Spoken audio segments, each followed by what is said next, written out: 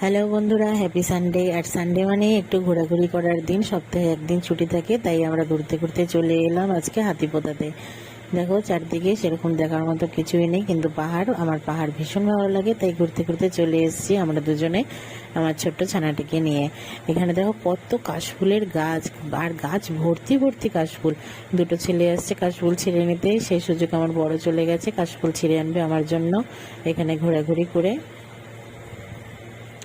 কিছু ফটো তুলে আমরা বাড়ি চলে গেলাম। তো তোমাদের সানডে কী করে কাটে তোমরা কিন্তু অবশ্যই কমেন্ট করে জানাবে। দেখা হচ্ছে পরের ভিডিওতে। টাটা।